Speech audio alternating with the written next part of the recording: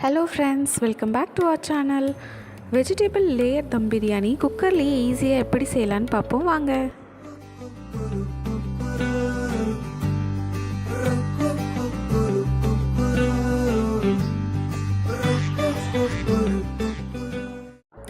Soya சங்க்ஸை கொதிக்கிற தண்ணியில் 10 நிமிஷம் போட்டு தண்ணி இல்லாமல் ஸ்குவீஸ் பண்ணி எடுத்துக்கலாம்.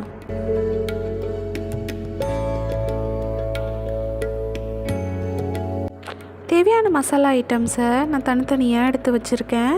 இது எங்கெங்கே யூஸ் பண்ணுறேன்னு வீடியோவில் பாருங்கள். நம்ம அரிசி வேக வைக்கும் போதே சின்ன தட்டில் இருந்த மசாலா ஐட்டமை அதுலேயே போட்டு வேக வைக்கிறேன்.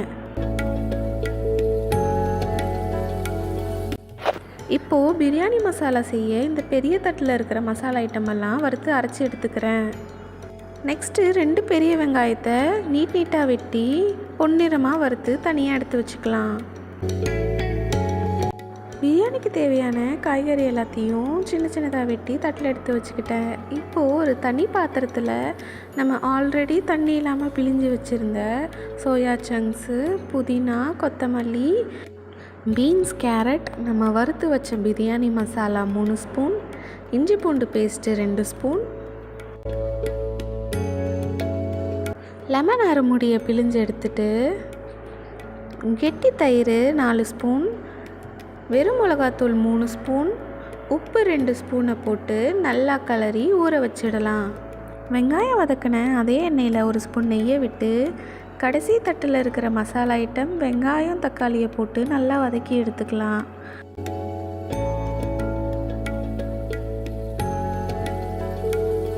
நம்ம ஆல்ரெடி மேரினேட் பண்ணி வச்சுருக்கிற வெஜிடபிள் மசாலாவை இதில் போட்டு காய் வேகிறதுக்கு தேவையான தண்ணியை ஊற்றி வச்சிடலாம். இப்போது லேயர் பண்ணுறதுக்கு தேவையான பொருளை வரிசையாக எடுத்து வச்சுட்டு லேயர் பண்ண ஸ்டார்ட் பண்ணிடலாம்.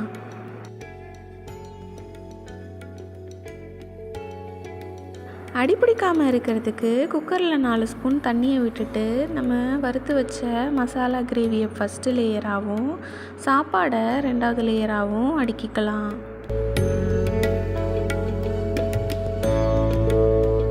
தேர்ட் லேயரில் நம்ம வறுத்து வச்ச வெங்காயமும், 4th 5th லேயரில் புதினா கொத்தமல்லியை சும்மா பரவலாக தூவி விட்டுக்கலாம். ஒரு 1/4 ஸ்பூன் பிரியாணி மசாலாவை லைட்டாக ஸ்ப்ரிங்கிள் பண்ணிவிட்டு அரைமுடி லெமனை பிழிஞ்சு விட்டுக்கலாம். என்கிட்ட ஃபுட் கலர் இல்லாததுனால மஞ்சள் தண்ணி அங்கங்கே ஸ்ப்ரிங்கிள் பண்ணிட்டேன்.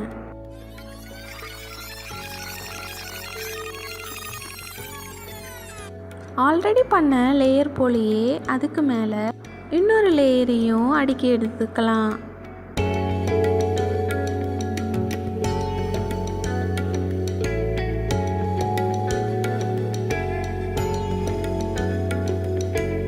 கடைசியாக இதில் எல்லாமே வேக வச்ச பொருள்னால ஹை ஃப்ளேமில் குக்கரை விசில் வைக்கணும்னு அவசியம் இல்லை. அதனால் குக்கரை மூடிட்டு லோ ஃப்ளேமில் ஒரு 20 மினிட்ஸ் வச்சு எடுத்துக்கிட்டேன். 20 மினிட்ஸ் கழிச்சு குக்கரை ஓப்பன் பண்ணால் எப்படி இருந்தனா இப்படி ஆயிட்டேன்றது போல் நம்ம லேயர் பிரியாணி ரொம்ப சுவையாக ரெடி ஆயிடுச்சு.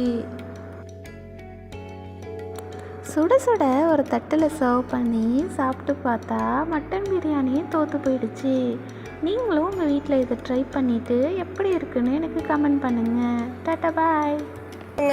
சின்ன சேனலுக்கு எதாக இருந்தாலும் அது கொஞ்சம் ஆதரவு கொடுங்க. உங்கள் பொண்ணான கையை கொண்டு அந்த பெல்லில் தட்டிடுங்க. அவங்களுக்கு சப்ஸ்கிரைபர் 5-10 ஏறுனா அவங்க மனசு சந்தோஷப்படும். அவங்க வீடியோவும் பாருங்கள்.